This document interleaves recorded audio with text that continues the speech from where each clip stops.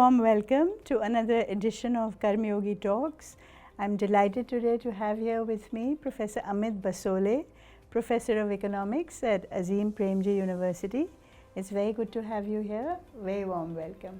Thank you. I want to start, I was very intrigued when I was reading about you, to ask you how you made the transition from studying microbiology and neuroscience you studied at Duke, to economics, which you did at University of Massachusetts at Amherst.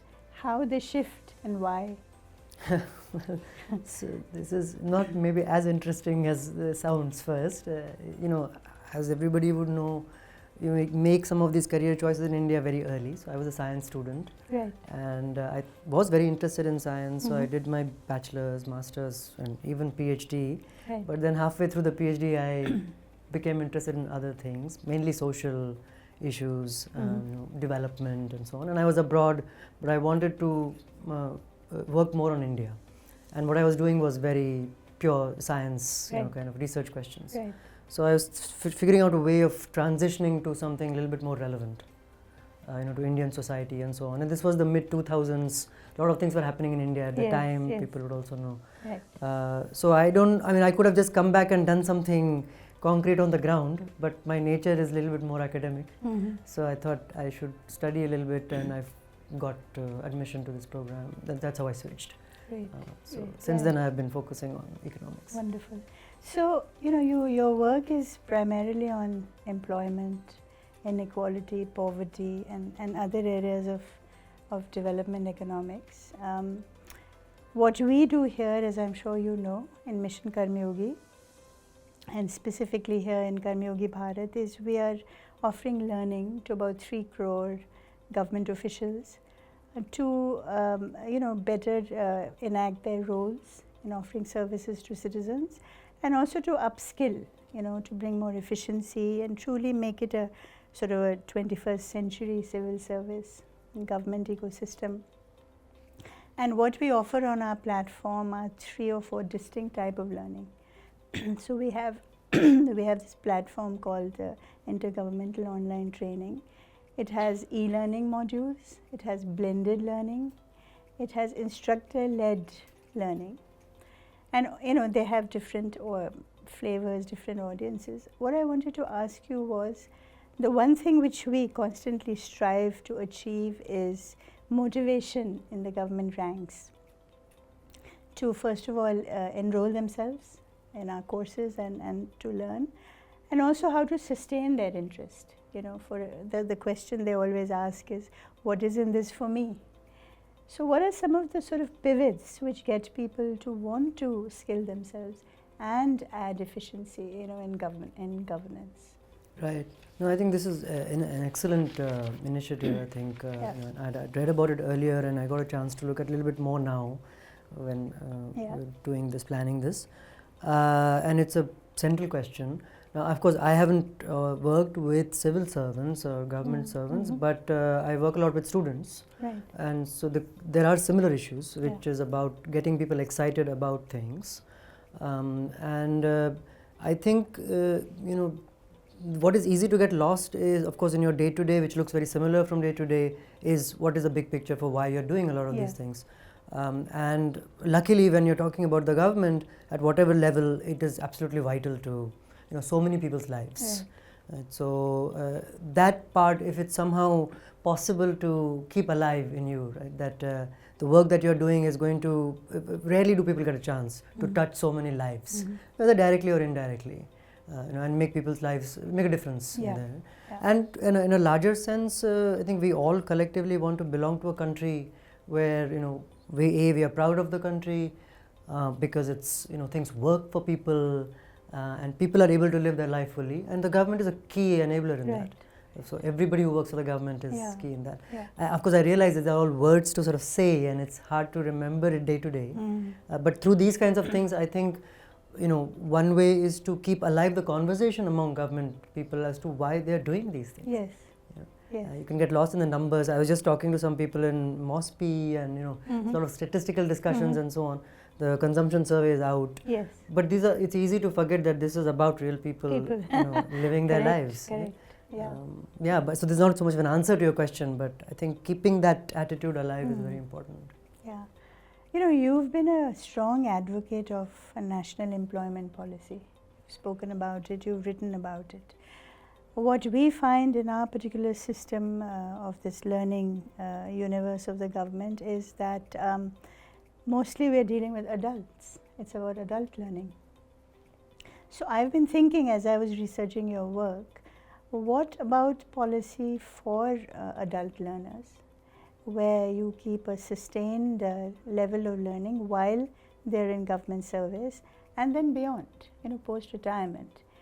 Were such a policy to be considered, what are some of the factors that can make us advocate for one, number one, and two, bring it to life, give it some form? What are your experiences from this, your initiative? Yeah, and again, an excellent question to be worrying about. And the obvious factor here, of course, is technology, Right. which changes much faster today than it used to. So, for even if you're talking about just ordinary workers, adult workers, it's almost certain that you're not going to be able to go through your work life with the existing set of skills that you've come in with. You know, either education or whatever on-the-job training, whatever you had, it's not going to last your working life, even if you remain in the same job. And that's, I'm sure, true for government as well. And of course, you know, in the last few years, government has been trying more actively to integrate technology. You know, we have so much more digital information now on all the programs, etc. So, and again, it has a direct connect to people's lives. So, if you want, you know, civil servants to again not view it just as another new thing to do or like new thing to learn, then you need to communicate it as well. Why are we doing it? Right? That's a central question. That is a central question. Why are we doing it? Why are, you know, and unlike the private sector, where oftentimes, you know, it may be driven just by the considerations of the employer or the company, and the workers are just responding to it. Here, it's easier to sell the case that we are doing it for some particular social reason. You know, it's not just that we want to make more money or something. So we want more transparency, we want more efficiency, better visibility on who is you know, benefiting, how much, all of this impact evaluation. Each of this requires people to learn new things. And for that, adult learning, I think, you know, is essential at every level. And all the way down, I mean, you know, when we do these surveys, for example, and so on, one of the things that comes out is all the way down to, let's say, computer operators, people who are working very much at the grassroots, maintaining Narega muster rolls or you know, making entries, all of these. These are all things that didn't exist, you know, 10, 15 years ago. The system was completely different. So, but again, for them, for it not to be alienating, it has to be sold in a way that you are actually a very important part of this, and if you do a good job, that's the only way the scheme or the program actually works well.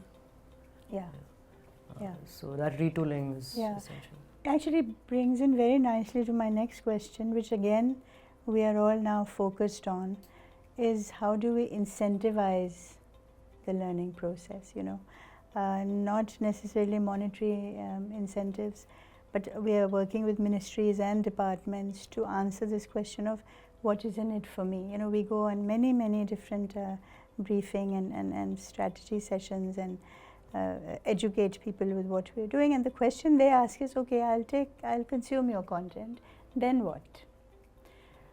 So some of the things you mentioned, of course, make sense. You know, you give it a broader philosophical, you know, umbrella, but the nitty-gritty of how to incentivize, should it be linked to promotions? Should it be linked to opportunities where you can go and travel? You can study externally? You know, all of those questions are now very much on the table, and instructions we have is, please look into this.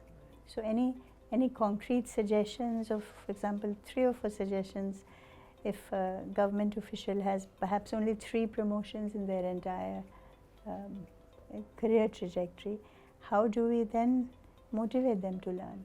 They know where they're going from, you know, start to finish, and then very senior bureaucrats have this whole other trajectory. So within the system, the only thing that we are trying to make democratic is the learning. But the way that they operate is different for different levels.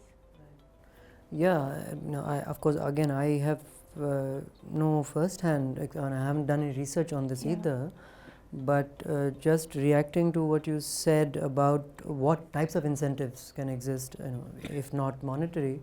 Of course, career progression is something I'm sure is it's a big topic for the civil service, right? I wouldn't presume to say anything about that. Yeah. But the other things you mentioned, which is can we recognize people in other ways if they have put in the effort, whether it is through leave to train better somewhere, depending on their interests, do that kind of thing, or I think from my personal experience interacting with government officials, I'm always struck by the how much interest there is to do things, to improve things and so on, and the information gulf between what actually goes on in the offices and people. Right. We actually have very little idea, and so if people have very quick to form judgments on lack of interest, all the stereotypes that exist. Right? And there are all kinds of people, of course, in every profession that there should be here too. But if we could figure out ways where there are you're recognized for the work that you do, right? Now, of course, some people would say, well, that's a job. Why do you additionally need to pat someone on the... Yeah, you get paid for the job. So you should be doing it. And that is true. Right. We are not talking about patting people on the back just to do their job. But, still we are talking about a human being who wants their work to be recognized and appreciated. Right. And people who are often suffering from the stereotype of not being interested in doing things. So if you can figure out some way for communities to recognize, at the local level this is actually possible. Yes. That if somebody's done good work, and often in the villages and so on, people know that there's a good local official who's done a lot of stuff and so on. So if there's a way to lift that into visibility, into the structure as well, more widely, that might incentivize people to put in more on retooling themselves. And so on. Right. When I think of capacity building in a broader sense, there are these 3 or 4 areas I think about. I think about the actors that conceptualize what the capacity to be built is. Then there's a process that's followed for it. Then you define types and levels of capacities. And then you come to what are the outcomes. You started a particular learning process, you want to sustain it. What are the outcomes? What are the results that you're seeing? This is how broadly I see any capacity building exercise, but I often wonder, are we missing some connects here and there in this? In other words, the conceptualization and the process and the outcomes, can they possibly have other nuggets to make it all work? Or are these sufficient in what it is we're trying to do? Here it's a one of its kind exercise we're doing, no one else has done it. So do we need fewer tertiary links to make it a more effective result of this? Right. I can think by analogy to skilling, which again has similar kinds of processes and so on. And one of the things that often comes up in skilling is, how are you deciding from the high level to the nuts and bolts what it is that people need to know? And generally in the market, this gets sorted by just supply and demand of the market. There are signals, what skills are in demand, you tool up, do that.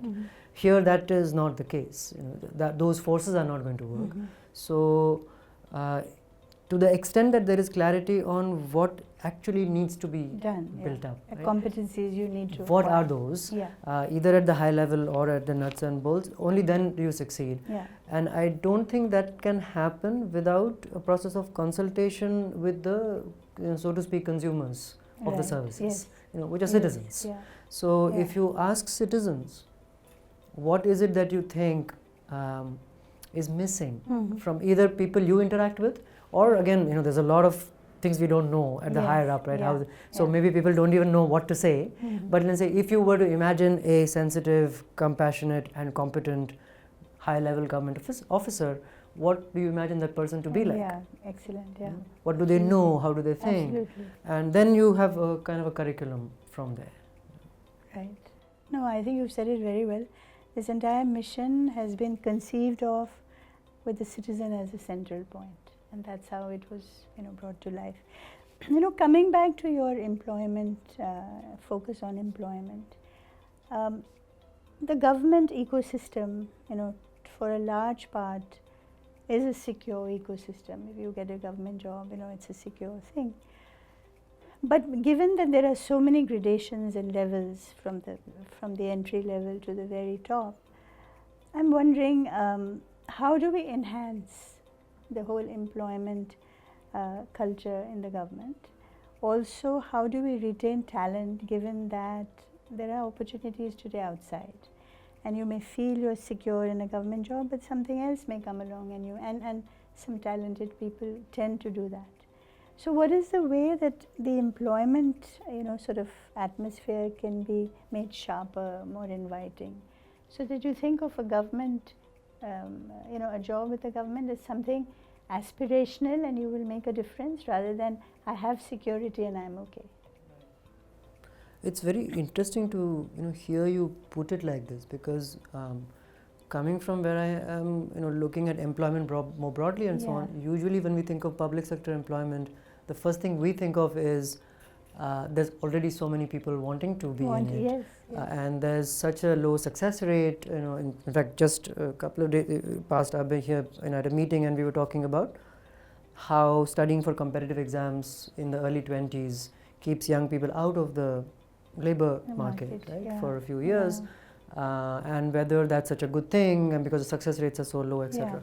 So it's actually interesting to hear you say, look at it from the other side, and then they enter, and of course what you've got is very good people, because they've come from such a strong selection, right? So you want to retain them. Now I don't have actually a very good answer to this question, because the economist in me is saying, well, if they have better options, then they should go there. Why do you want to keep? Or I mean, in the sense that if society is rewarding a certain kind of incentives and so on, and you're talking about a person who values not the security, because there are people who would really value the security and the pay, and they're not going to go. They're going to stay. But there are probably going to be people who do have the options and whose incentive structure, they're different, their preferences are different. So they don't particularly care about the security of it and so on, and they want job satisfaction, they want career advancement, which they are not seeing here. Now there are two different problems here. One is the people who will stay. How do you make them invest in it and not see it just as a secure job, but as something that they should contribute to? And the other is the other people who you are competing with the private sector. Now they're actually very different problems, very different solutions. I don't think it's the same people we're talking about. And frankly, I don't know. I mean, to me it sounds like the opportunity to be in government and work for it seems like a great one. And wanting to leave it suggests to me that you were not particularly interested in the work, right?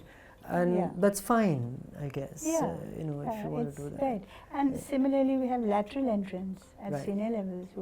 What's amazing, what the government has done is opened it up to people from other sectors. They want specialists, you can get them.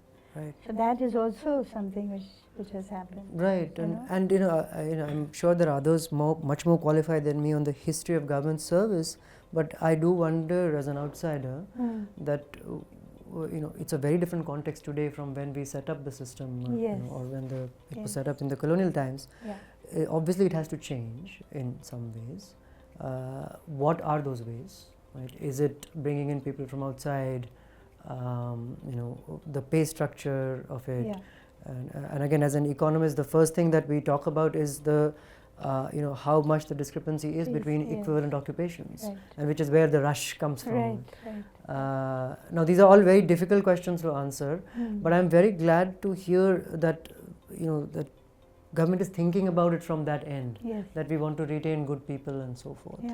Very much so, very much so. I'm not qualified to give you very good answers on this. No, but I like your perspectives. And now I want to turn to a gentleman who both of us love, which is Mirza Ghalib. You've written a book on the man and his times.